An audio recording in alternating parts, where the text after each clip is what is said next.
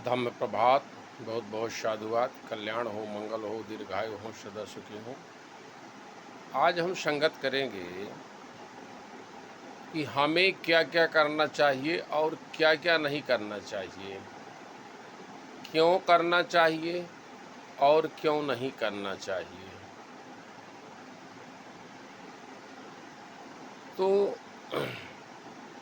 पहली बात,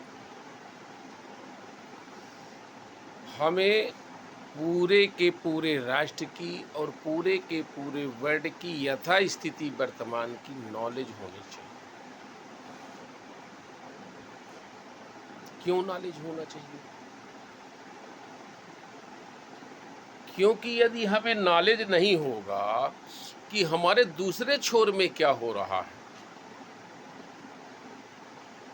तो हम सुरक्षित नहीं रह सकते। आज जो स्थिति भयावह बनी हुई है 7वीं सदी में, क्योंकि 7वीं सदी तक भारत में बुद्धों का धम्म लगातार चलाया,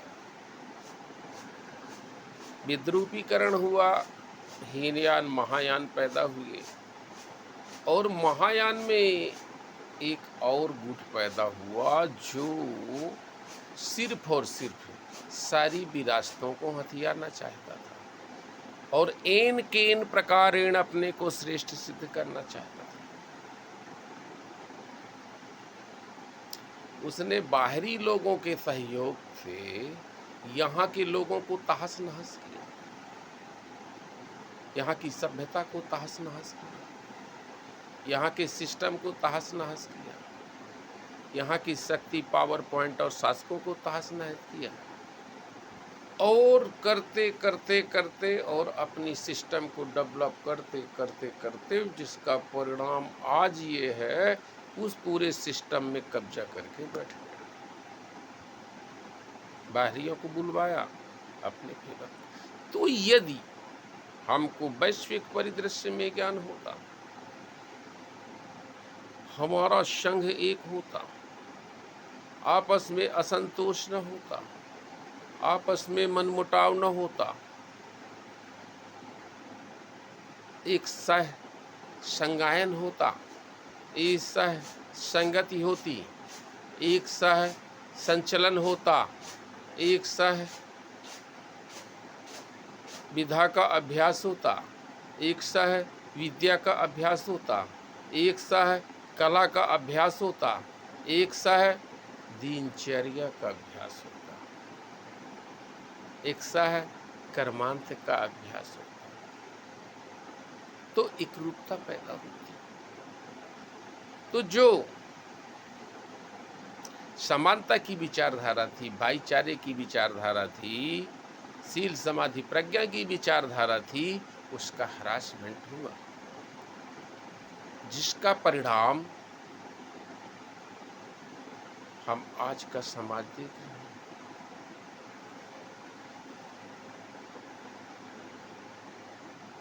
भय भ्रम भ्रांति भावना भाग्य भरोसा भक्ति भगवान स्वर्ग नरक पाप पुण्यात्मा परमात्मा वरदान श्राप के कॉन्सेप्ट से उन्होंने पूरे देश और पूरी दुनिया को गुमराह करने का काम कर दिया।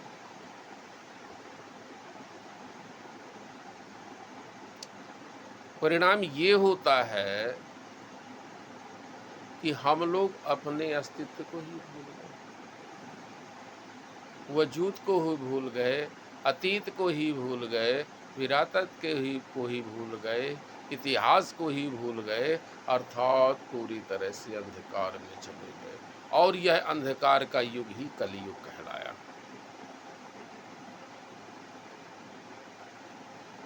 तमाम तरह की कपोल कल्पित काव्य कहानियां आपके सामने रख दी गई। तो आपको करना क्या है? आपको करना है नित्य संगत करना है।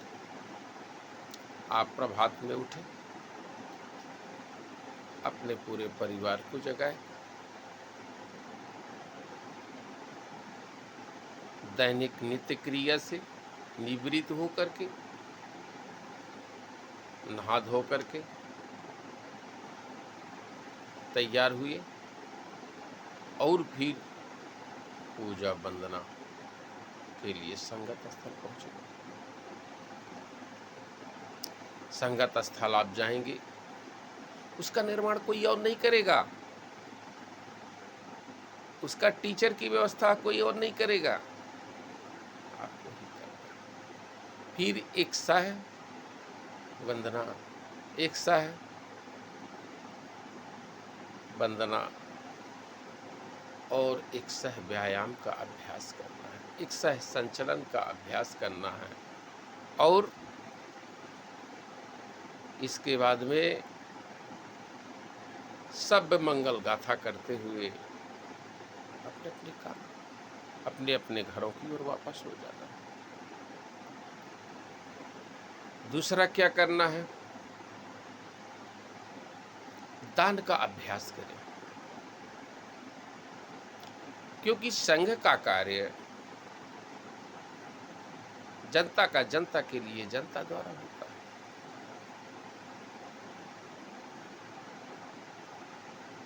और समूची प्रकृति के लिए किया जाता है जनता द्वारा। इसलिए अपने अपने हिस्से का दान करना चाहिए और उस सहयोग से संगत स्थल का निर्माण करें। उस सहयोग से धम्माचार बौद्धाचार भिक्षुओं के आवास विहार आदि का व्यवस्था करेंगे।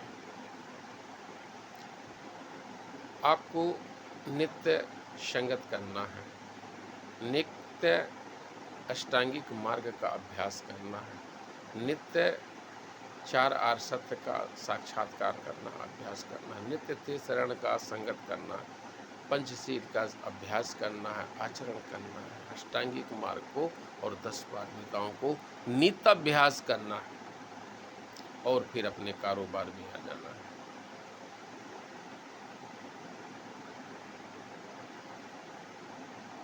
याद रखें, कभी कभी बहुत सारे लोगों से जब मुलाकात होती है तो वो कहते हैं हम अपनी योग्यता से पुलिस में आ गए हैं या हम अपनी योग्यता से ऑफिसर बन गए हैं। उनसे पूछिए कि क्या आपके पिताजी भी ऑफिसर थे? क्या आपके दादाजी भी ऑफिसर थे? अगर नहीं थे तो क्यों? तो क्योंकि आपके दादाजी के साथ पढ़ने की व्यवस्था नहीं थी, आपके परदादा के साथ पढ़ने की व्यवस्था नहीं थी, लेकिन महापुरुषों के सहयोग से, महापुरुषों के संघर्ष से, महापुरुषों के त्याग और बलिदान से, महापुरुषों के अथक प्रयास से आपको यह अवसर प्राप्त हुआ।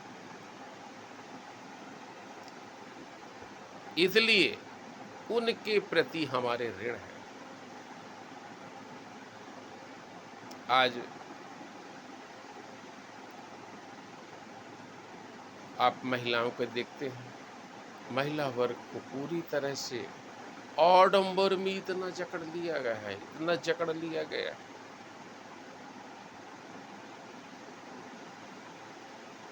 जब भी उससे बात करो तो वो आपकी सारी बातें संतुष्टिजनक होकर मान लेगी, लेकिन करेंगी फिर वही।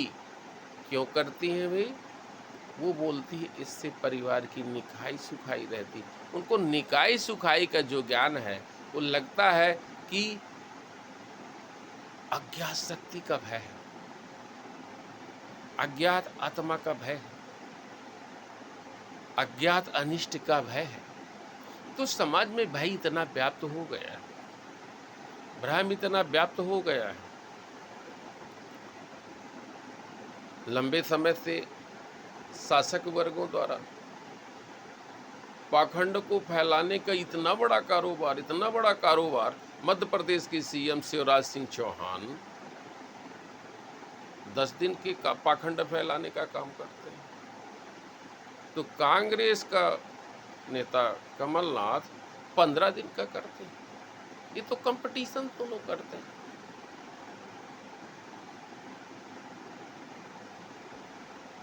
एक पाखंडी का शिवराज सिंह चौहान पैर धोता है तो कमलनाथ पैर धो के उसको पी लेता है। अब समझिए, अभी जो अंग्रेजों के समय कैटेगराइज किया गया, ओबीसी, एससी, एसटी, माइनॉरिटी का कैटेगराइज किया गया, वो कैटेगराइज को ये भंग करना चाहते हैं और जाति भेद का फैलाव करना चाहते हैं। शासकों की नीतियां देख रहे हैं।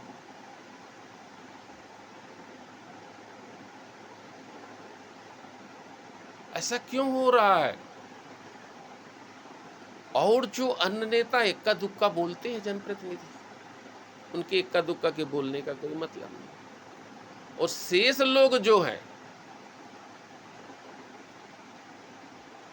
क्योंकि संसाधन हमेशा पैसे से चलते हैं, तो शेष लोग भी यहाँ वहाँ कोशिश हाथ मारते रहते हैं, पांव मारते रहते हैं।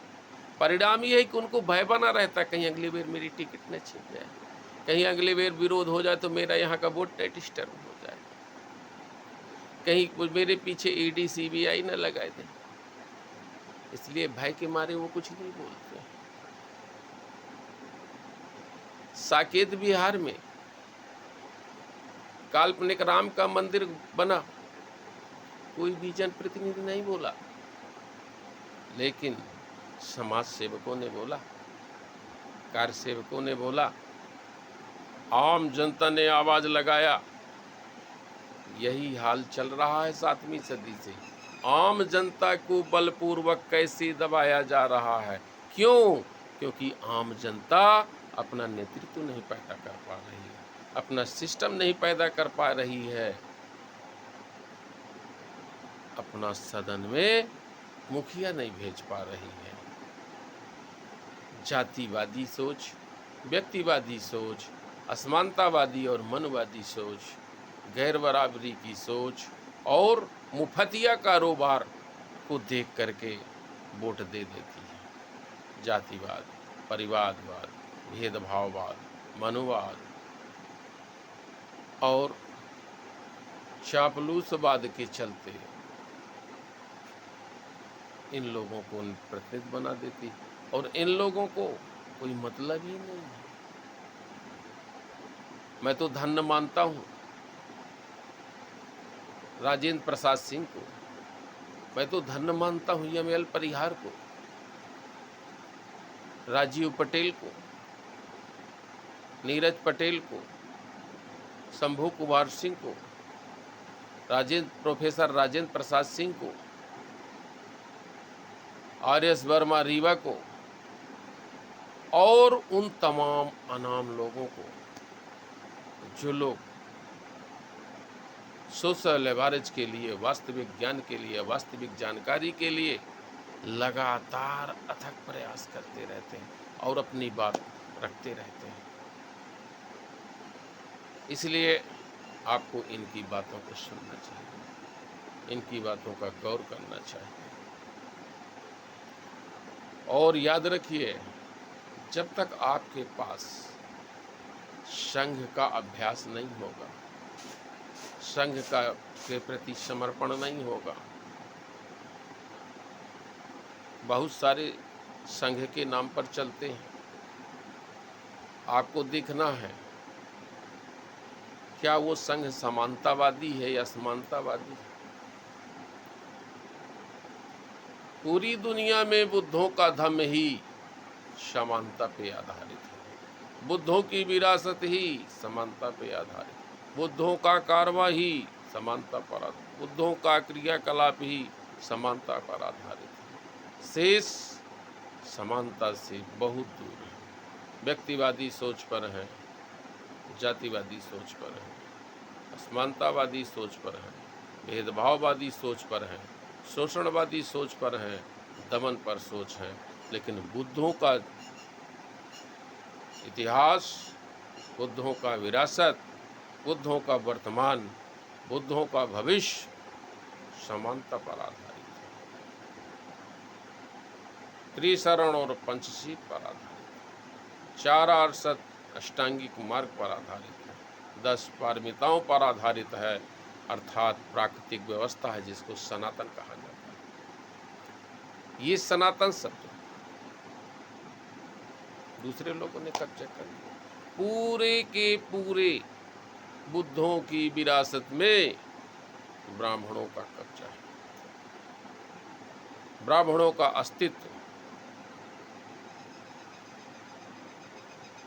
ब्राह्मणों की कार्यशैली, ब्राह्मणों की कार्य व्यवस्था और ब्राह्मण धर्म बुद्ध धर्म की बुनियाद पर टिका।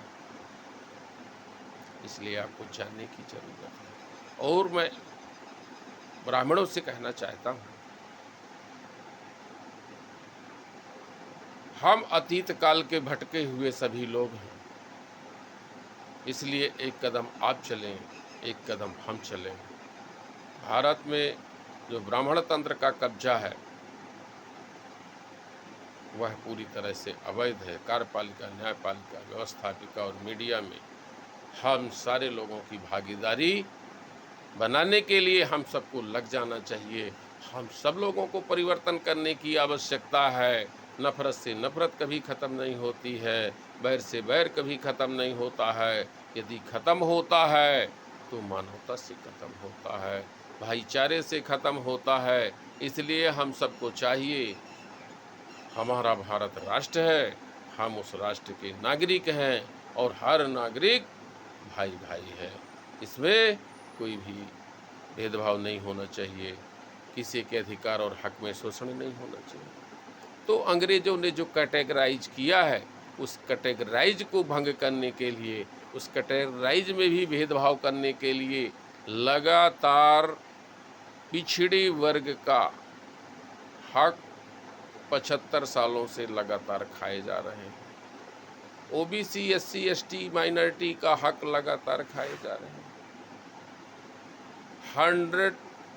98% गवर्नमेंट के संस्थान प्राइवेटाइजेशन हो गए। तो ये दोयम दर्जे का जो सोच है, सब अब खरीद लो, सब खरीद लो, सब अपने लोगों के पास रख लो। 90% लोगों के पास 10% संसाधन है, 10% लोगों के पास 90% का संसाधन है। तो इस असमानता वितरण में, इस असमानता भागीदारी में असंतोष होगा।